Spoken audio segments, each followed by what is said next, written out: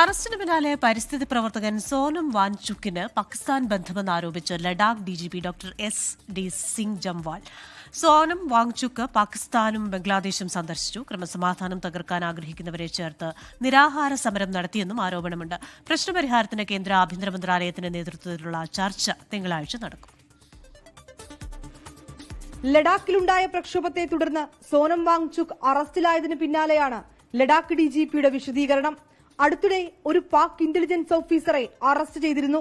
ഇയാൾക്ക് സോനം വാങ്ചുക്കുമായി ബന്ധമുണ്ട്. പാകിസ്ഥാനും ബംഗ്ലാദേശും സോനം വാങ്ചുക് സന്ദർശിച്ച രേഖകളുണ്ടെന്നും ഇക്കാര്യങ്ങളിലെല്ലാം കൃത്യമായ അന്വേഷണം നടന്നുവരികയാണെന്നും ലഡാക്ക് ഡിജിപി ഡോക്ടർ എസ്.ഡി. സിംഗ് ജംവാൾ.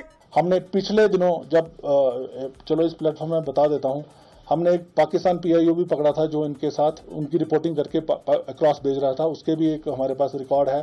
സംസ്ഥാന പദവി ഉൾപ്പെടെ വിവിധ ആവശ്യങ്ങൾ ഉന്നയിച്ച് ലഡാക്കിൽ ചർച്ചകൾ നടക്കുകയാണ്. ഈ നടപടികൾ അട്ടിമറിക്കാനാണ് സോനം വാങ്ചുക് ശ്രമിച്ചത്. പ്രതിഷേധക്കാർ CRPF ജവാന്മാരെ ക്രൂരമായി മർദ്ദിച്ചു. ഒരു ജവാന് ഗുരുതരമായി നട്ടെല്ലിന് പരിക്കേറ്റു. ആത്മരക്ഷാർത്ഥമാണ് വെടിയുതിർക്കേണ്ടി വന്നതെന്നും ലഡാക്ക് DGP. അറസ്റ്റിലായ സോനം വാങ്ചുക്കിനെ രാജസ്ഥാനിലെ ജോധ്പൂർ ജയിലിലേക്ക് മാറ്റി. സംഘർഷ സാഹചര്യം കണക്കിലെടുത്ത് ലഡാക്കിൽ കനത്ത ജാഗ്രതയാണ്. നിരോധനാജ്ഞയും ഇന്റർനെറ്റ് സേവനങ്ങൾക്കുള്ള നിരോധനവും തുടരുന്നു.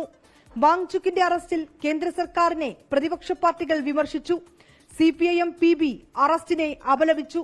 പ്രശ്നപരിഹാരത്തിന് ലേ അപ്പെക്സ് ബോഡിയും കാർഗിൽ ഡെമോക്രാറ്റിക് അലയൻസ് പ്രതിനിധികളും കേന്ദ്ര ആഭ്യന്തര മന്ത്രാലയവുമായി തിങ്കളാഴ്ച ചർച്ചകൾ നടത്തും. 24 ഡൽഹി. ലോകത്തെവിടെയായാലും ഏത് സമയത്തും 24 വാർത്തകളും ഓഗ്മെന്റഡ് റിയാലിറ്റി പാക്കേജുകളും എക്സ്പ്ലെയിനറുകളും വിശദമായി കാണാൻ ഞങ്ങളുടെ YouTube ചാനൽ നിങ്ങൾക്ക് സബ്സ്ക്രൈബ് ചെയ്യാം.